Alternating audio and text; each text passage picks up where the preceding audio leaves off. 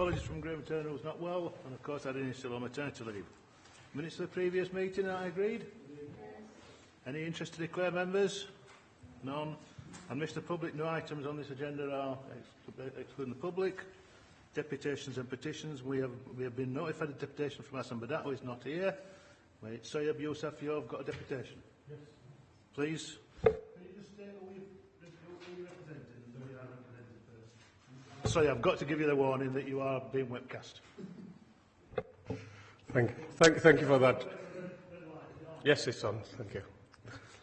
Thank you. My name is Soyab Yousaf. I'm the Secretary of North Kirklees Muslim Burial Council. I would like to start by thanking both the leader, Councillor Sheard, and Deputy Leader, Councillor Pando of Kirklees Council for their time and effort to resolve the issues and concerns in relation to the bereavement services price increase proposals. We are extremely grateful for the Council to take on board the concerns raised previously and the effort that they have made to find a satisfactory resolution. I am sure it goes without saying that the process that followed was beneficial, enlightening, and many important lessons were learned. It is nearly 6 months since we were last here in respect of the previous proposals that took everyone by shock by the gravity of what had been put forward as proposals to be accepted by the Cabinet.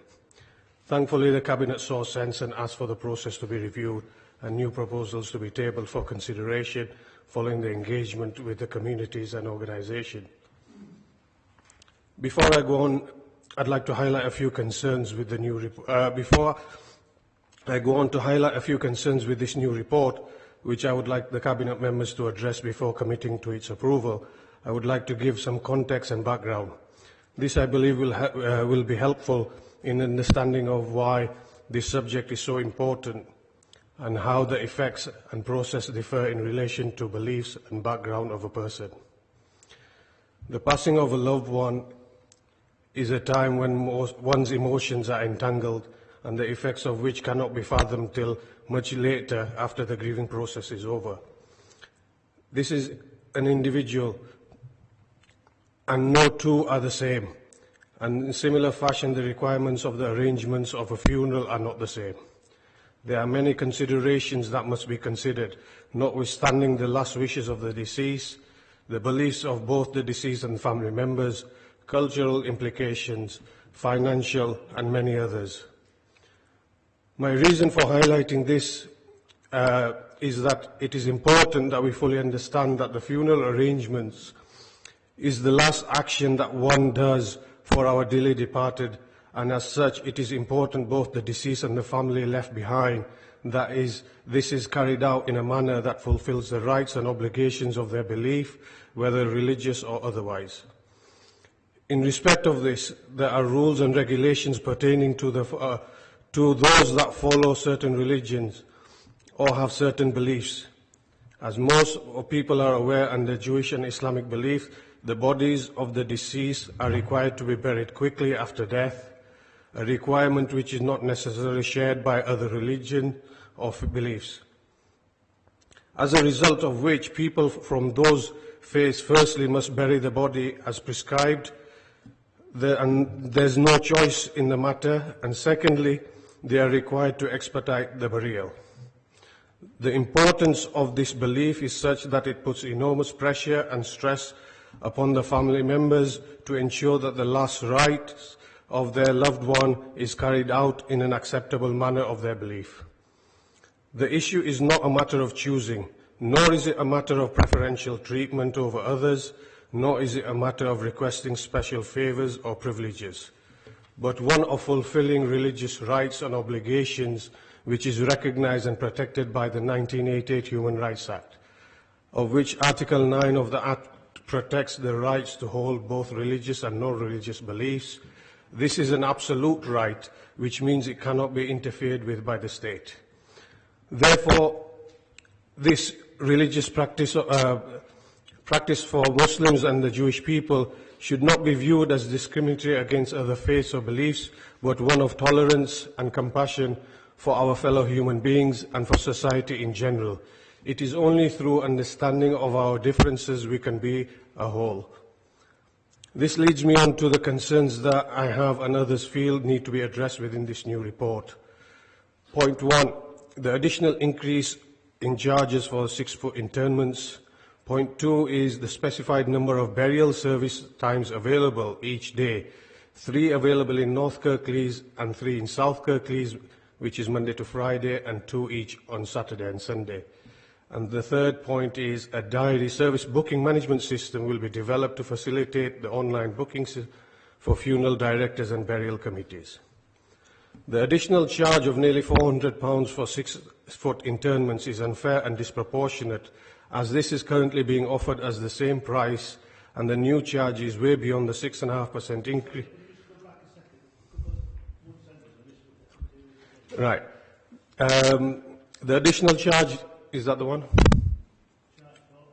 6 foot is nearly £400 for 6-foot increment. Yeah. So I'll read that again. The additional charge of nearly £400 for a 6-foot interment is unfair and disproportionate, and this is currently being offered at the same price in the current pricing system. And the new charge is way beyond the 6.5% increase as mentioned in the report. The restriction in the number of burials per day, along with the online bookings, will have a direct impact on certain faith groups which require burials at short notice. This will further become further compounded by the introduction of online bookings, which will result in delays due to the requirements which are required to expedite burials, which usually happen on the same day. And if there is no availability due to the previous bookings taking up availability due to the restrictions of number of burials allowed for that day, which is 3, and then on weekends is only 2. What is very strange is that these proposals were not in the original report, nor were they mentioned or discussed at any time during the engagement process and the follow-up meetings. It is very strange that these have been added in the 11th hour without any due consideration or analysis of how it will work and the impact they will have. I am also certain no real consideration has been given to when staff will be on holiday, as the coverage of both North and Kirklees is done by one person in each area. I request that these issues highlighted are dealt with by the Cabinet by not accepting these elements of the report. I once again thank you for your patience and opportunity to speak today. I hope that the better relations and working practices can be developed with all sections of Kirklees. Thank you.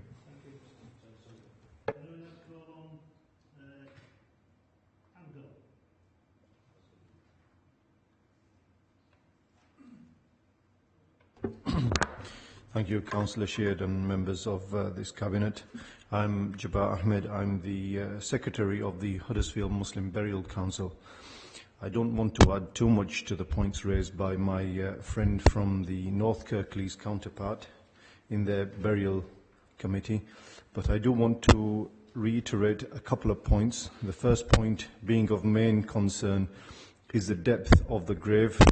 The ones mentioned or quoted in the documentation on the new report refers to a 4.5 foot, and the 6-foot grave would cost another £400. Currently, there's no difference in the charging at the moment. So as it stands, there's no difference in the costs. And the second point is the fact that there will only be 3 bookings available in North Kirklees or 3 in South Kirklees. There have been occasions where there may be 3 members of one particular family, and in Huddersfield we've had an occasion where there were 6 members of one particular family. So there needs to be some kind of sensitive consideration in such cases when a family is going through such a difficult time, to have one person buried on one particular day and the other members of the family on a different day could be very catastrophic in terms of their bereavement process. I want to mention another point, and this is to do with the style of writing of this particular document. It mentions certain things like competitive nature, so it uses the same business jargon that was quoted in the first report, and I think I would have hoped that the people who authored this particular report would have been more sensitive in using the language. Nevertheless, it doesn't meet the business requirements that were mentioned, even using the business jargon. So these things should have been something that the council took on board when they're writing a report on something like burials and cremations. The first report used certain business jargon, remaining competitive, etc., etc. Now, if we take the West Yorkshire average burial fee is £1,933, but once we incorporate the benchmarking from Lancashire, that average would actually come down significantly. So the average for West Yorkshire is £1,933. Yeah. Yeah. Yeah, it's certainly not what you are about. But the language you're using here, if you really want to remain competitive, then you need to look. Well, that's what the document says. The document says transparency and on competitiveness. So these are the things, if you're not going to be competitive and you're not about transparency, you shouldn't use that wording in the document. Thank you.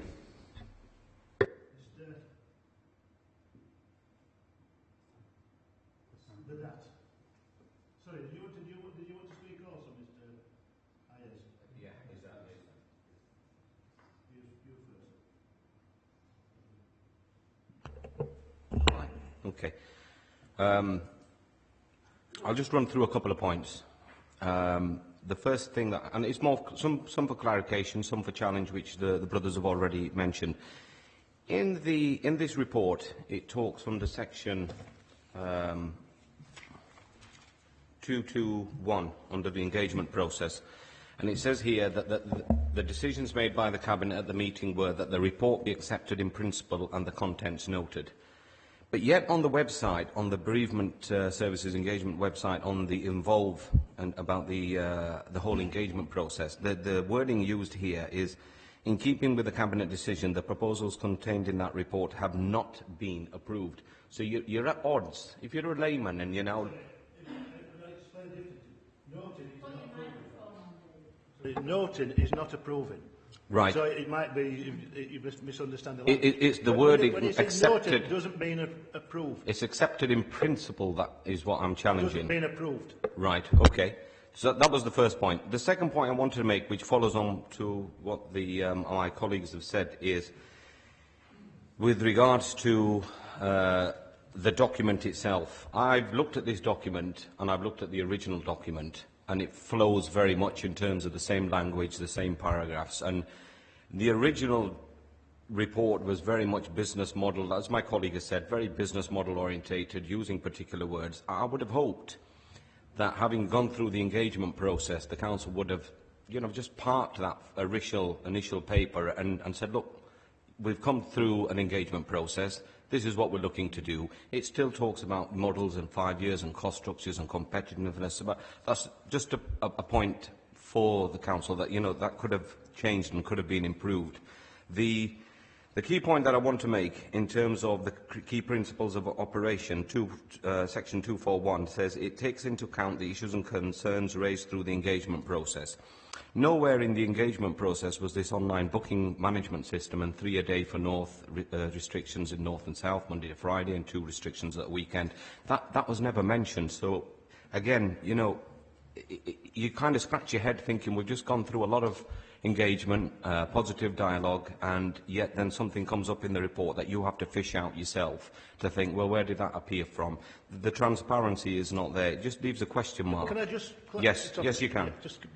When you said that you're complaining that when we put in the report what's happening and we're not being transparent, so you think we should have left them out and not told you about it? No, I'm not complaining. Well, what I'm saying, let me clarify myself, David. What I'm saying is, it says key principles of operation.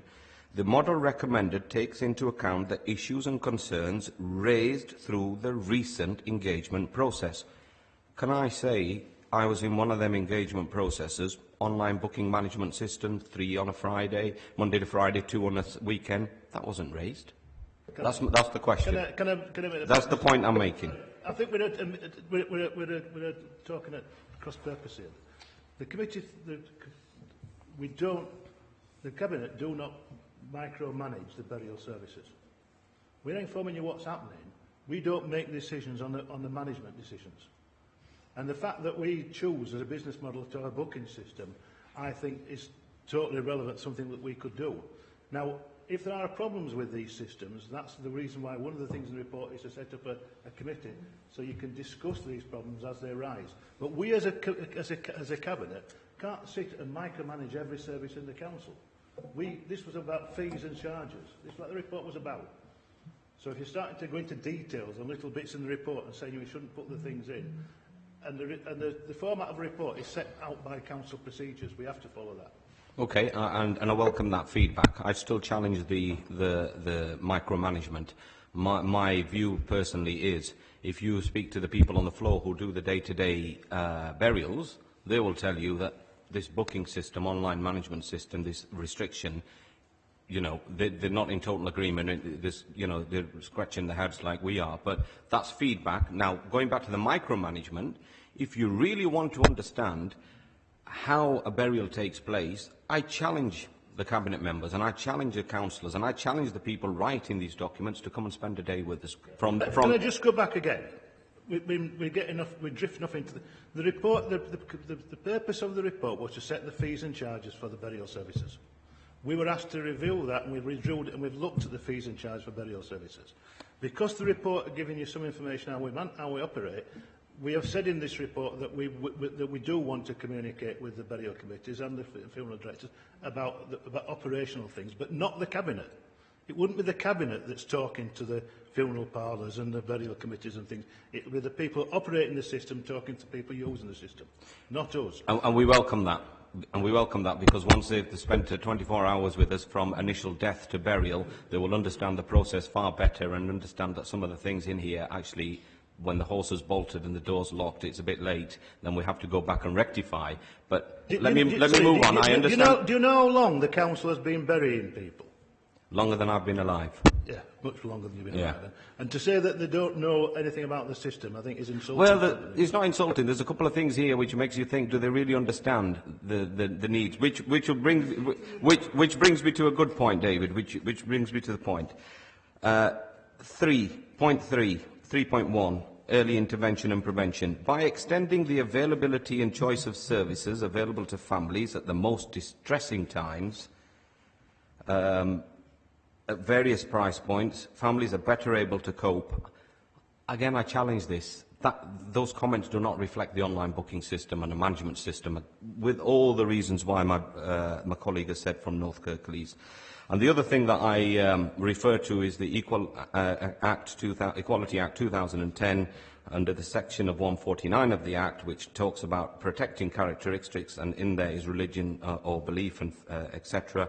And again, and I won't go over it, the brothers mentioned why the management system and restriction of 3 burials and 2 on a weekend could be very, very challenging for the Muslim families and Jewish families, etc. So, you know, there's an area in that report we mentioned in our engagement processes back in 2005, which talks about responding to community needs. And it says that, you know, the burial ground managers need to be aware of the needs of the communities and fulfil these needs, which include, for example, service availability, accessibility, and you know, service options and flexing. So what we're saying today is that burial system of online management system and 3 and 2 at the weekends is restrictive. And you might say, we've set up committees and we'll have 4 meetings throughout the year and we'll review it, and if it's not working, we'll change it. What we're saying is today, we know that that is not something that we could work with, so we want the council to really be clear on that. And you know, and heed that as well. And the brothers have also mentioned the 6-foot grave, so I'm not going to go into it, the cost of additional 6-foot grave. So we've made progress, but these are some key issues which are leaving our community with a lot of voices being raised in the recent couple of days. Mr. Badat, can you say who you are and who you are representing, please? Thank you, Chairman, and all the other people present. representing and all the members of the Cabinet. My name is Hassan Badat. I'm on the committee of Snowdon Mosque in Batley. I'm here representing Snowdon Mosque as well as the PKWA, who was, the director was supposed to be here, unfortunately can't make it. I've got 2 or 3 points to talk about. Initially, is to start off with saying I fully support 99.9% of what's been presented already to you, and probably wise for me not to go into that again to avoid repetition, etc. The things I want to go into is most of you will have received a copy of an email I sent first week of December, and I said I'll be referring to that. I raised in that about 5, 6 or 7 questions where I wanted information, and I did get some kind of an initial response, acknowledgements, and I'm thankful to Vivian Kendrick, who's responded to me earlier today, this morning. Without going into the entire wording, basically I've not received a proper response as requested, even though I was promised by someone or another. That's like Kirklees Council saying we're not going to give you a reply. Now, it might be that you don't have time or you have staffing resources, whatever, but you actually said that you would give me the replies and you didn't. That's point number 1. Second point is about the consultation. Now, the way I see consultation is... Sorry, but correct, we haven't done a consultation. We have had a... Sorry? We haven't done a consultation on this issue. We have had... Okay, all right. Personally, I'm not going to get bogged down with what the wording is, but call it engagement or consultation. Initially, when the report was presented to the Cabinet on 19 September, there were petitions handed here by literally thousands of people, including a few hundred from my own mosque, which was basically saying we reject increasing prices. Not that the... Can I just please? We seem to be going down... We have met at this committee. We had a report here, and we didn't accept that committee, and we said we would talk about it with the people that are involved. That's what we've done. Now, we've come back to it. Now, if you want to go back about procedures and spend all the time talking about who said what to who, rather than looking at what we're actually proposing and commenting on what we're proposing, if you commented on what we're proposing, that would be much more useful. Well, Councillor Shearer, if you're going to allow me extra time, then fine, come in. But you really should allow me to finish, because I'm coming on to that point. Don't try to read my mind. The point I'm making is that the charges were rejected then, and then subsequently charges are proposed at this report today, what you're all considering today. Whatever it is, whether it's 6.5% for the 4.6 burials or 22% more likely for the 6 foot depth, and that was not. That was completely rejected by the initial consultations and the engagement. Okay, that finished initially on the 8th of December, I remember, and then there were subsequent engagement meetings, if we saw about it, which there was a series of meetings, as you know, in Batley Town Hall, Dewsbury and Huddersfield, and I can't think of a single person that was agreeable to increasing charges. I actually disagree. I don't think this report is just about the pricing. It's about other things as well, some of the things that's been talked about. But there you go. I'm not trying to be pedantic. What the main point on this subject I'm saying is that increasing charges, at least above inflation, was rejected. I know your officer, Sarah Durden, did a very good appraisal of the feedback from the engagement, and she clearly says that there's been no support for the increase in charges. So you're not accepting the results of your own engagement. Thirdly, about the accounts, one of the things in that initial email, and subsequently I've talked about, including at the consultation meeting at Batley with Nas Parker directly, is we need some accounts. You have given us some sort of figures, but it goes nowhere near, and I've discussed the one-page accounts with several very senior accountants in the community, very, very senior of many years' experience, and they say we need further information. I don't see why Kirklees Council can't give us the kind of information we require. I don't want to go into detail because, time is short kind of thing, but if Kirklees will still refuse to give us that accounts, like I said, you just don't seem to respond.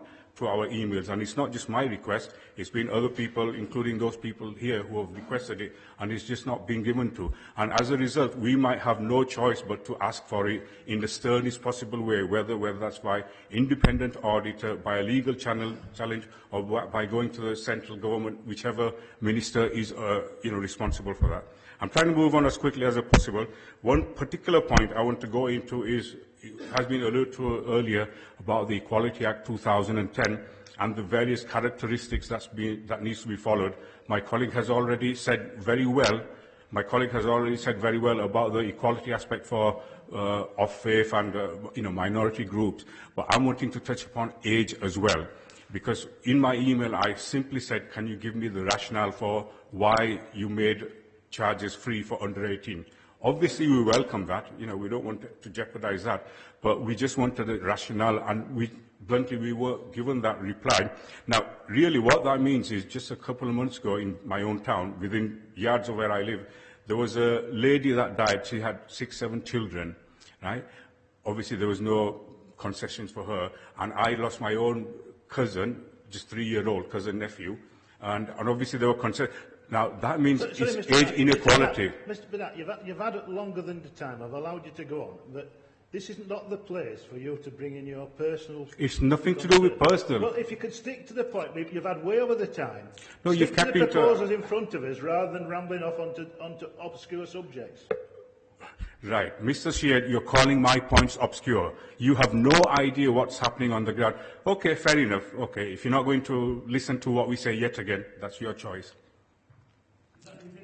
Well, you've given me no choice, sir. You finished me.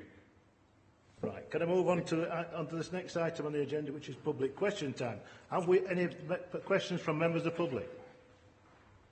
No. Right. Members' question time. There's no members here. So we now move on to the bereavement services. Sorry. We are still yet to receive a breakdown of the costs for the burials. I'm sorry, I'm not with you. Yeah. Costs of the burial, we are yet to receive a breakdown. Why would that be relevant to you? Because you are trying to operate a cost recovery model. Surely... Sorry, I think as was explained fully at the consultation services, we are not... Consultation? Sorry, at the conversations that we had. Conversations? At the conversations we had, it was mentioned quite clearly that if we went for a cost recovery model, then the prices would be significantly higher than we're asking for now. We are not going for a full recovery. We actually asked for a breakdown of costs. Well, so if you... Yeah, because... The only way that the breakdown of costs would be relevant... I'll tell you why it's relevant. We are setting our costs on a basis of the cost. I'll tell you why they're relevant. I'll tell you why they're relevant. Because the costs in Kirklees appears to be significantly higher than costs in other boroughs. Sorry, they're not. That's not a question. Making the submission is not true. They are higher. It's not... No.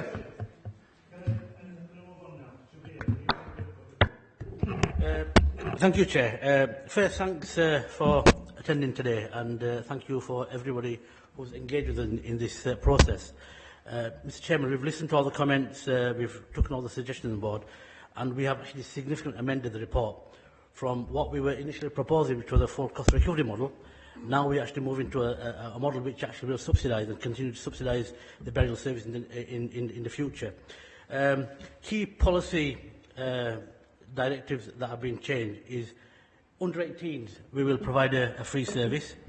The 7-day service will be provided at no extra premium. After talking, we went away and we came back to people like yourselves that we agreed that we'll go for a West Yorkshire average. Mr. Chairman, the West Yorkshire average is actually £40 more than what we proposed. So again, that's a plus for what we've done. We are proposing to cap increases in future years for the next 4 years of around 2% in line with inflation. We've actually built capacity into the burial system, and also we are going to make sure that anybody who actually comes to bury their deceased from outside the area won't be able to take advantage of our low prices, because I believe and we believe that people who died in Kirklees should take first priority, and that's what we're going to be moving towards. A number of comments have been mentioned in terms of the future and how we actually develop a model. Again, I'm really, really pleased to say that we will actually formally constitute a forum where all faiths and anybody who's interested, who have got an interest in burials, will actually be able to meet on a periodic basis. And to take the recommendations of this report forward, I've been informed by our officers that they will look at setting up a forum as soon as possible, hopefully within a month, to actually start to iron out the details around the booking system, the online booking systems and all that. And I hope that members of the public present today will actually fully participate in that, because it's important that we actually are informed of how the system will work. The recommendations are there. What I'd like to do is, based on what we've heard, is to just add an additional recommendation, which is as follows. The timeliness of burials and grave depth are important considerations, and we will look to be flexible and accommodating to requests relating to faith or cultural issues on a case-by-case exception basis. Thank you, Mr. Chairman. I'd like to move the recommendations. Can I second that and say there's a couple of things that we were asked within some of the questions about the rationale for not charging for under 18s. The rationale was that people don't expect under 18s to die. They can't plan for it.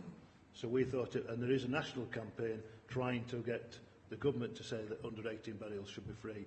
We prejudged that because we realised that there's not very few people, but it is a challenge to a family when someone particularly young dies. That's the rationale for the under 18s burial. Can I go on about someone mentioned about looking at going around the country looking at this. We are in West Yorkshire. That's where we operate. We operate in West Yorkshire. We looked at the costs within West Yorkshire. We've realised that Leeds are way above everyone else, so we decided not to count Leeds in as the costs and looked at an average of the other three, because Leeds would have put it up quite significantly higher. So sorry. Yeah, but we took that out. We didn't take it into account, Leeds, because that would have made it much higher. So we looked at an average of West Yorkshire. So to say that we're charging more proves that by putting it up, we're charging less than every one of our neighbouring authorities at the moment. We're charging less than every one of our neighbouring authorities. So that's why I thought it was quite rational for us to look at what are others charging. We have not gone for the full cost recovery model, because if we went for the full cost recovery model, it would be something like £500 or £600 more.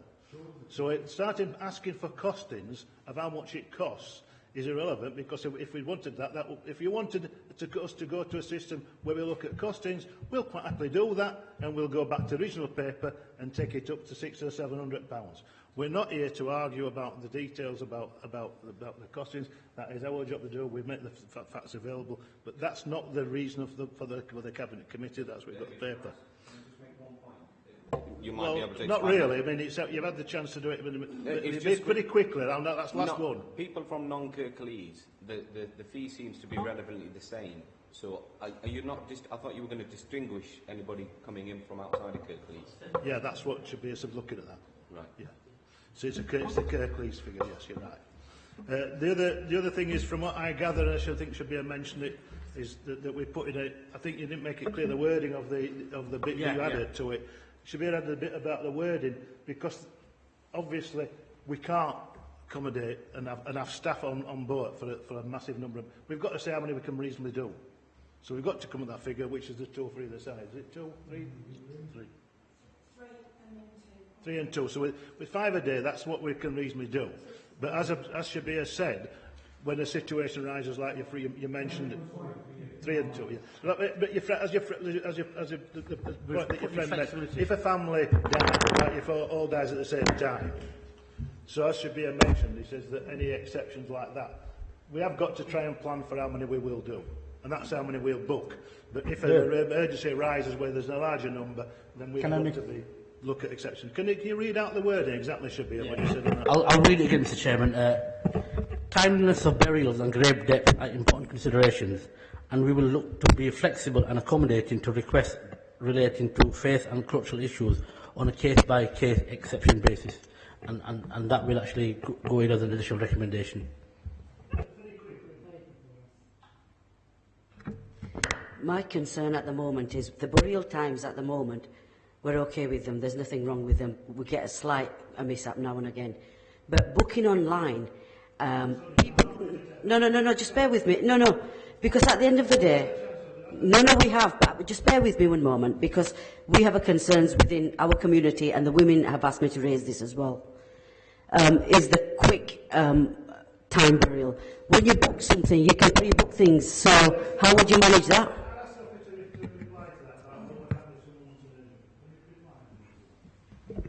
Okay, currently we have planned into the operating model for us to have 3 slots Monday to Friday, North Kirklees, 3 slots Monday to Friday, South Kirklees, and 2 at both on weekends.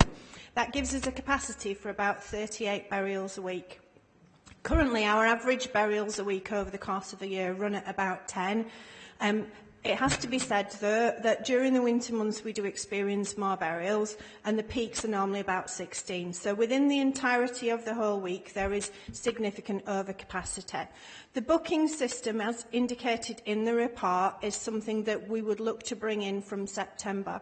Throughout the engagement process, both the paper engagement process and at the face-to-face meetings, there was some conversations around how transparency about what was already booked for burials was not available.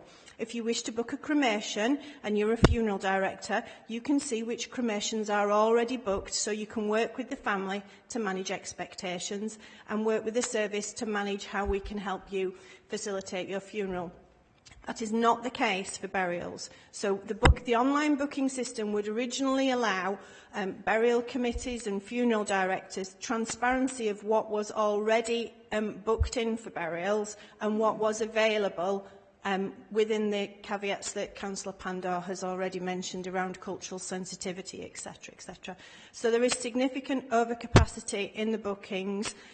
It's not the case that we would be expecting, certainly within the first year or so, people to be going onto a system and booking a burial. That clearly would not work. It does not remove the need for that customer interface between bereavement services and the committees and the funeral directors, which is particularly important because cremations are cremations and generally are fairly standard, but burials can be very specific, dependent on not only the graveyard, but also the expectations of the family and whether it's a reopening and a whole host of things. So the system will help facilitate transparency of what's available so everybody can manage expectations.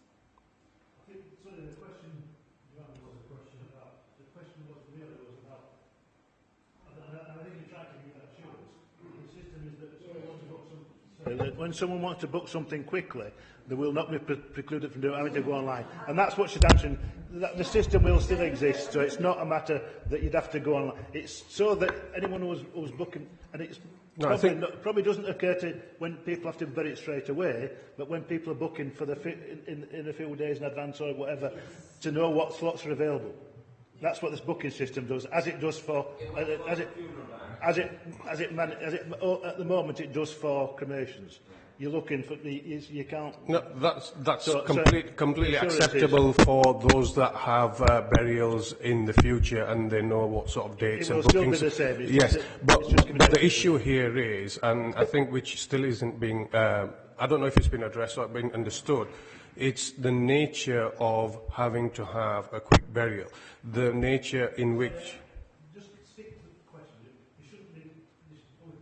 No, the question hasn't been answered in the case of if a Muslim was to die today and when we go on the system to book a burial tomorrow and they say 3 burials have already been booked. No, sorry, the point was, I think the point was that Joanne said is that you will still ring them up and find out. And the point that should be made is if an exception rises, then on individual cases we will take that on board.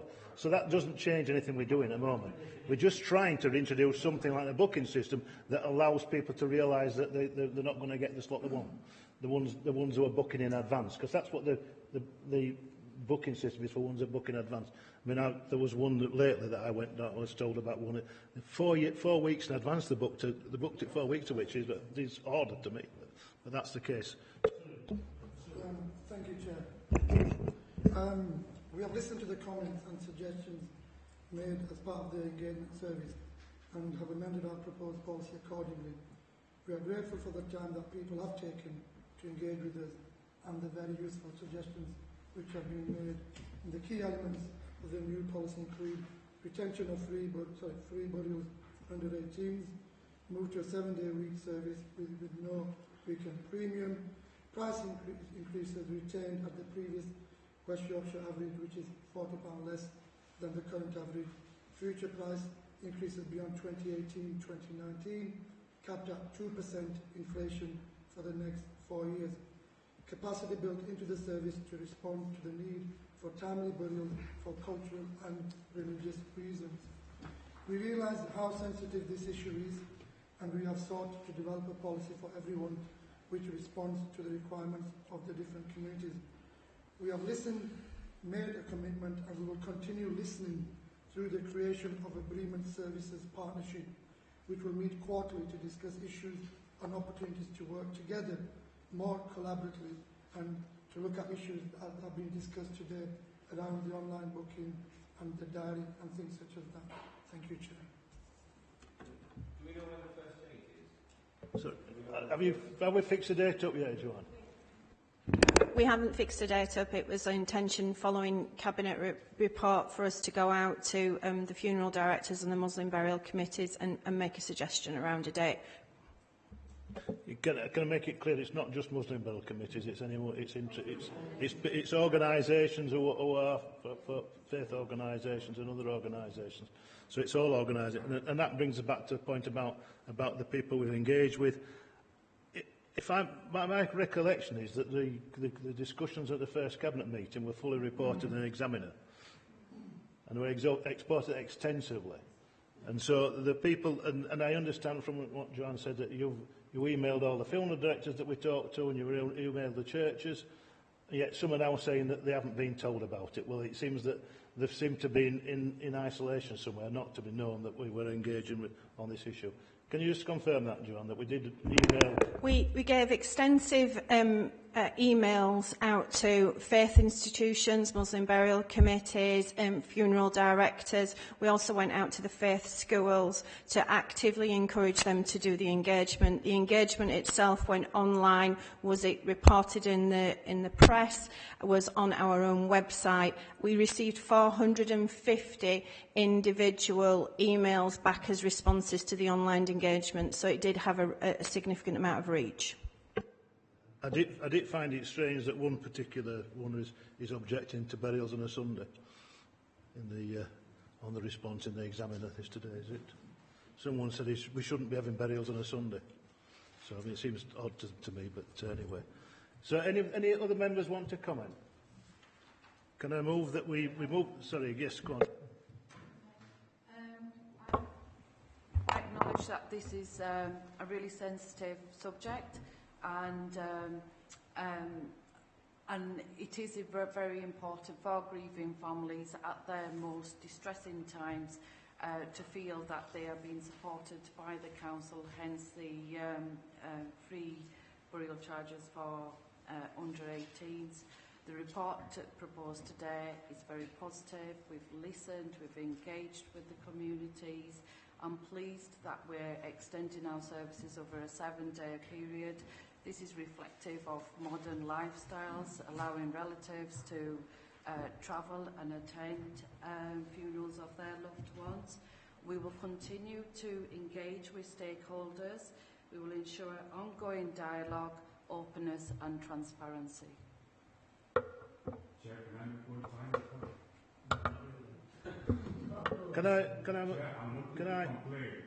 Any members wish Chair, I'm wanting to complain because I've been bullied by yourself. Any members wish to The chairman of this committee. Any members wish to continue? All members in favour of the proposal? That is passed unanimously. Can I move on to the next item, extra 9, extra cafe facility, restaurant facility? Is there anyone from Kirklees who can give a legal point where I should be able to make my feelings known? Thank you, Chair. We have 3 extra care housing schemes in Kirklees Council.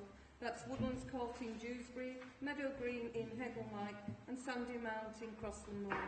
The schemes were built under the HRA, which is the Housing Revenue Account, and the Private Finance Initiative, the PFI contract, with ongoing tenancy and facility management, which was being provided by the PFI contractor. There's a mixed current care model based on 3 levels, so that it's based on levels of need. All 3 of these extra care housing schemes have restaurant facilities under a 3-year contract from 2017. Currently, the tenants can use the restaurant as a pay-as-you-go kind of model basis, but the current usage is not sufficient and it's affecting the viability of these restaurants. There is a budget provision to subsidise the service. However, the level of subsidy that the Housing Revenue Account is actually paying into this has exceeded what was put into the budget, and it's simply not sustainable. The HRA is there to maintain our housing stock. We have 3 options in front of us today, and they were set out in section 2.8. Item 1, the option is do nothing, so we continue to subsidise it, which will deplete our revenue funds. Item 2 would be close the restaurants completely, which wouldn't be fair on current residents we have there. And item 3 is to change the charging structure as set out in 2.9 on the appendix 1 of the tenants' responses, so you can marry in the responses that we did get back from tenants. Following the consultation with tenants, the research into various extra care models and the proposal being made today is to introduce a fixed service charge. This is a charge of £13.15 per week, and it's proposed that it would provide 3 2-course meals per flat per week. We are keeping it at an affordable price whilst offering a balanced diet to our tenants. The proportion of the charges could be eligible through housing benefit for those tenants that actually receive housing benefit, and that's £7.80 that would be a contributing factor in there. I move the officer's recommendations as set out in 2.10 in this report. Anybody want to comment on it? We all agreed? Thank you very much, and thank you very much for attending.